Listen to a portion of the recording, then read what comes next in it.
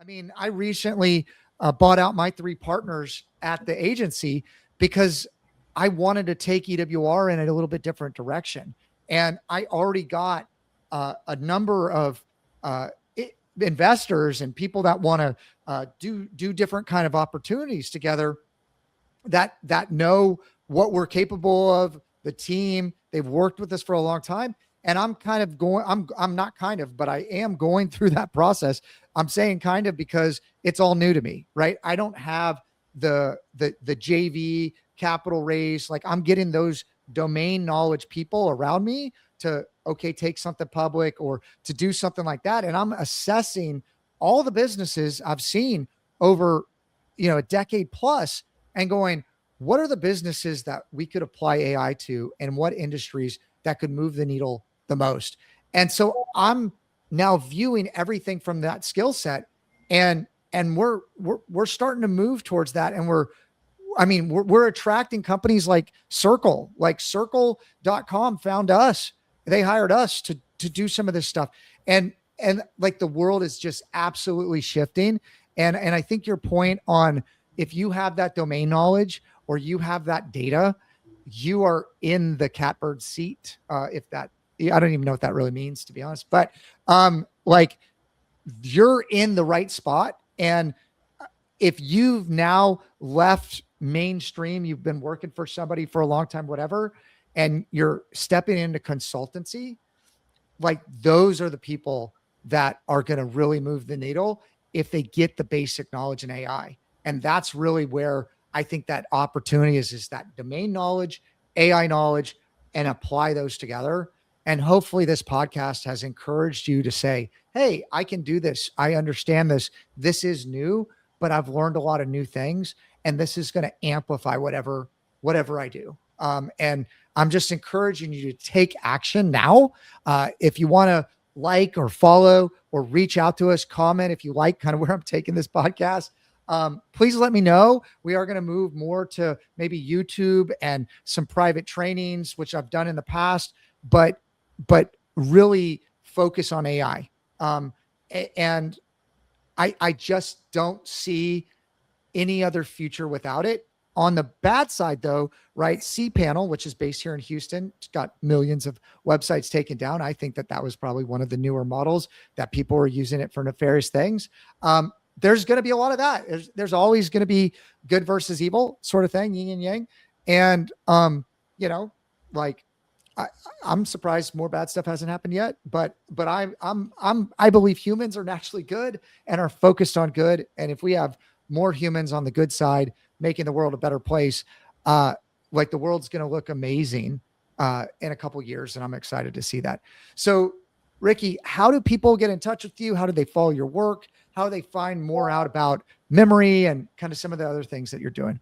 Yeah, so I have a website, richardvalentine.dev, Dr. Valentine on pretty much every social. So Dr. Valentine, spelled like the holiday. And so, yeah, you're going to be able to, some of it's not going to make any sense, but then I also have, like, there's a whole page, I think I'm on day 20 now, of small, like, 20-minute daily devotionals to AI that, like, it starts you from, like, making a folder. So we're going to make you your own, like, brain, like, on your computer, and walk you through the AI to, and it's going to be more of a teach a man to fish mentality, because that's, to your point about the consultancy and stuff, I know it might seem like a crowded space, but you have to understand that all these people that the listeners might be seeing out there that are selling courses, they're not really doing that consultancy. There's so many small businesses that could use your help, your expertise. And, a lot of these things, if you look at it from the workflow level and not in solving a problem, but okay, what is that problem actually made of? You'll notice that all of a sudden that solution you made for one, it dominoes, and it can be used in so many other places. So yeah, I'm LinkedIn, Richard L. Valentine. But yeah, I'm sure you'll have the links, and always looking to provide value where I can. I don't have a course, so you don't got to worry about that. He's not selling anything. I just asked him to come on because I wanted to share some of our conversations with you, because I'm like, after we get off a big session, I'm like, oh, we should have recorded that, and maybe we will going forward, right? And I think a lot of people are going to need help, and I think a lot of people want help, right? And I think it comes down to like trust and relationships, right? Because everybody can say whatever they want to say. That's where I eat expertise, authority, trust, Google added experience.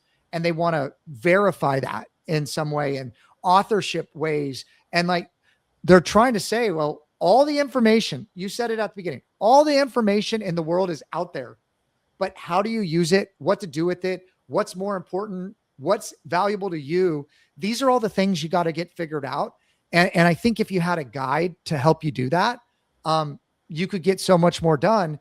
And I mean, I wanted to start a nonprofit, honestly, that could help people with data hygiene issues. Like, we don't get taught that in school, but data hygiene, I think, is where it starts. And then viewing how to view everything from an AI first mentality is like an indoctrination to a certain extent. And we've had to do that one by one. And I would love to do it in groups with people. And you find out with business owners and different people in your network, there's so many commonalities and there's so many ways to work together. And the amount of people that are using AI, really using AI, versus the amount of people that aren't, like, it's a pyramid inverted, right? Or if you understand that analogy, if you're listening, you're at the tip of the pyramid if you get into it now. And it's going to be, the tail on this thing is going to be who knows how long.